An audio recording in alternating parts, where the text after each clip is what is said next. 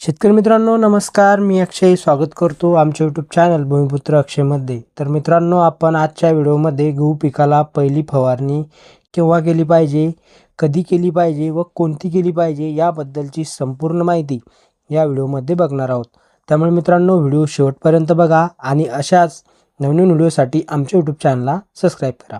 चला तर मित्रांनो, व्हिडिओला सुरुवात करूया। मित्रांनो, गहू पिकाला पहिली फवारणी ही गहू पीक 20 ते 22 दिवसांचे झाल्यानंतर आपल्याला करायची आहे, ज्यामध्ये आपल्याला गहू पिकाचा चांगला फुटवा झाला पाहिजे, चांगली वाढ आपल्या गहू पिकाची झाली पाहिजे। तसेच आपल्या गहू पिकावर जो काही काळा मावा आहे, रस शोषक कीड आहे, याचे नियंत्रण झाले पाहिजे।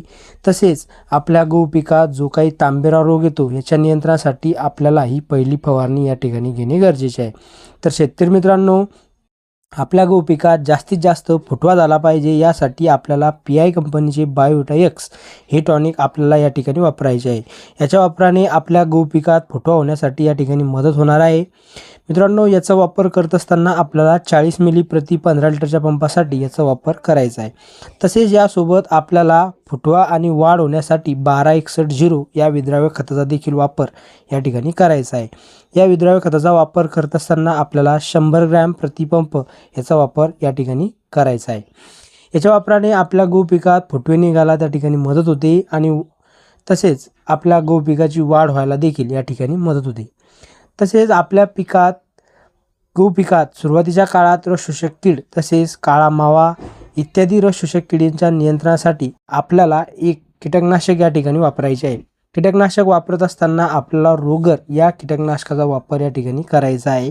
रोगरचा वापर करत असताना आपल्याला 30 मिली प्रति पंप याचा वापर करायचा आहे।